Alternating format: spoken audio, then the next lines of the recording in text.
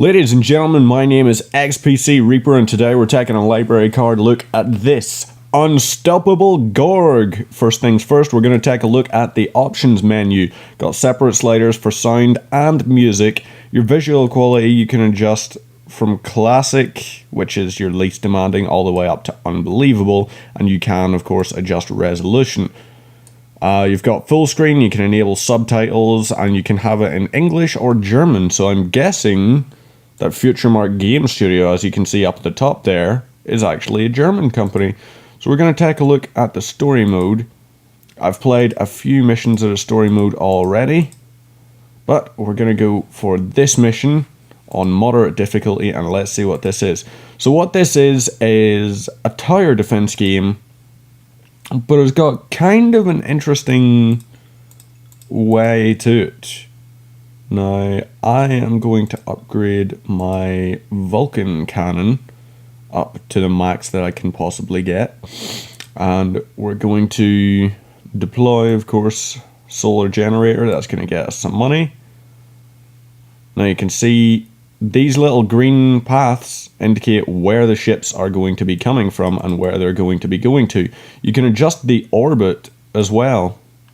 Now you can only have such an amount of turrets and devices established at once, of course. I should probably, damn it, I didn't really consider the whole asteroid thing. So you can see that the enemies will attack our turrets. We can move our turret to take out asteroids, things of that nature. We can also set it. And this game is pretty important as a tower defense game for juggling. You really need to juggle things about and make sure that you're doing the absolute best you can for just ensuring that nothing really gets to your home base to attack it. And it's kind of interesting the way it does that. So I'm going to put one in there. And I can twirl this about. I can shoot at that. And then I can set our boys to go there. But at the same time, I didn't really consider that that is going to be taking fire. So that I should probably move out of the way, actually. Now, if I wanted to, I could spend money. You'll see that it comes in progressively from a wide variety of things. Now, we just took fire onto... We're taking quite heavy fire, actually, onto a lot of these points. And I'm going to send one of you boys... You know what? No, you're going to be sent to there. Now, the enemies can destroy your turrets. That's one thing I have to mention. And if you don't repair your turrets, they actually will destroy it.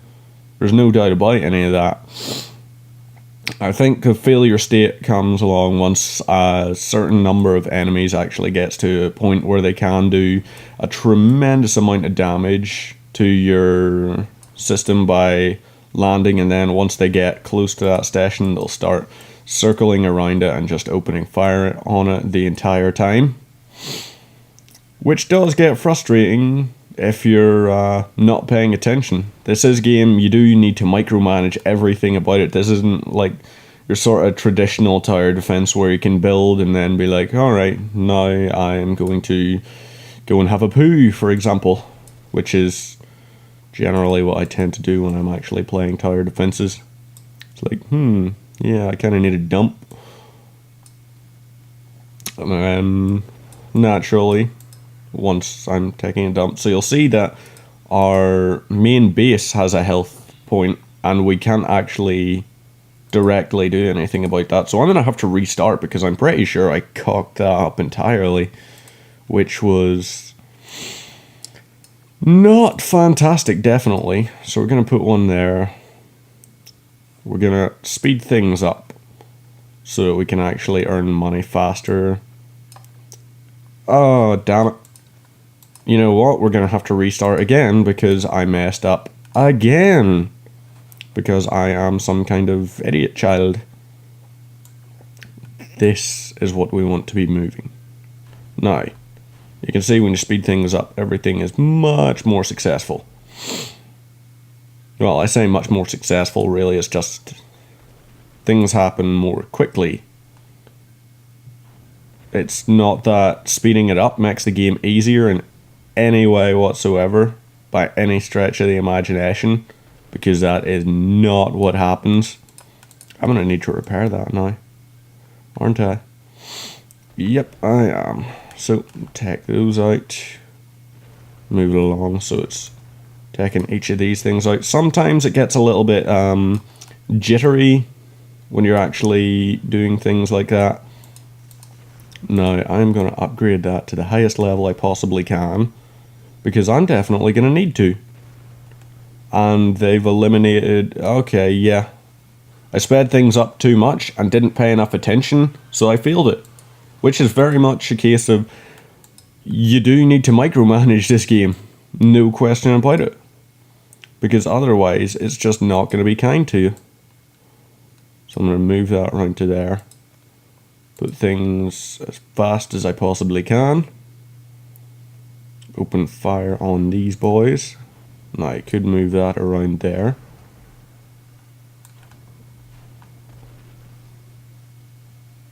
Yeah. Don't ever build turrets first. Turns out your money labs are the most important things you can actually construct. And now you just wait. Things will go faster now. So I can ideally deploy that there. Wait for a little bit. Now, that got hit by an asteroid. You can see the asteroids flying in, and you do need to move things about in order to avoid the asteroids a lot of the time. Which is nice, I suppose. I say nice, but really I mean, this isn't a game you want for micromanagement, or actually, yeah, you have to macromanage everything, you have to micromanage everything.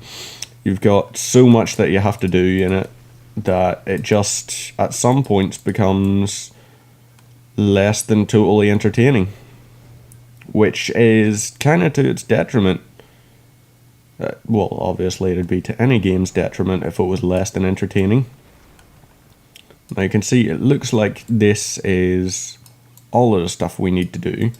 So I could upgrade that, for example, and just basically tell it to follow it around and shoot at that, and ideally take that out before they actually destroy our base. But no, I didn't actually manage to succeed that time. 36 out of 39 enemies destroyed. Okay, so maybe I'm gonna need to start worrying more about those tough ships, so I should probably plant that in there. Speed things up, of course, and start focusing. Get a single one of those out there, definitely. But then after that, I might have to focus on a blast cannon to actually effectively deal a lot of damage to those enemies with the high health amounts. And the meteors are already actually striking our base, which is dealing damage to it, and you can't repair your base at this stage, at least not that I'm aware of. Okay, you need to repair. You need to repair. I need another turret out there, actually. Rockets. Do I have access to rockets? Can I get access to rockets? No. So, upgrade that, I suppose. That might help a bit. Need to just move all that stuff out of the way. Move that into there, and we're going to fail again. Yeah. Overall, like, this is a game, the first 3 missions I had a lot of fun on. And arcade mode, I did have a lot of fun on as well. But that was more for the sake of, well, you know, that's because those were tutorial levels. Challenge-wise, you've got different ones you can actually do. One hit destroys habitat, use only 2 satellite types. You've got inner orbit is spinning, you've got less starting money, lower habitat health, and inner orbit is locked. You've got a wide variety of things you can do. You've got an encyclopedia which you can use to actually look at stuff about your different turrets and generators, things like that. You can look at the enemies, and overall the game is fun if you enjoy tower defenses, and if you want a game which is a tower defense which you're going to have to micromanage a lot. You're going to have to change the orbits on things a lot. But if you're looking for something which is just a more casual sort of thing, something where you can just sit gladly on the loo and play it, then this isn't what you're looking for. This is a sit down and play tower defense game, which is a very interesting thing. Usually tower defenses are sort of games that you don't want to sit down and play them unless you're really into them. They're sort of mini game type things. You don't want to have to do all that micromanagement because generally you want a slower paced match where you can just build crap and watch it do the job for you. But overall, this game, if you enjoy tower defenses and micromanagement and you're looking for a dedicated micromanagement tower defense game, this is an interesting game that you should pick up. But if you're not into strategy style things, if you're not into micromanagement, if you don't want to have to constantly click on things to upgrade them, repair them, all that sort of stuff, then this game might not be for you. And I can sort of appreciate that.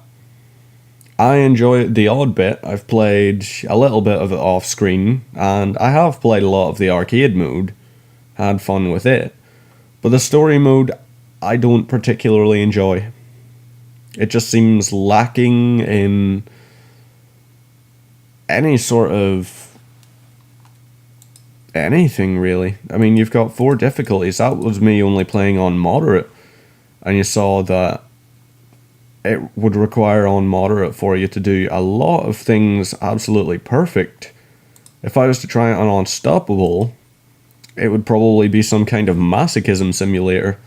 So ladies and gentlemen, my name is XPC Reaper. We've been taking a library card look at Unstoppable Gorg, available now on Steam.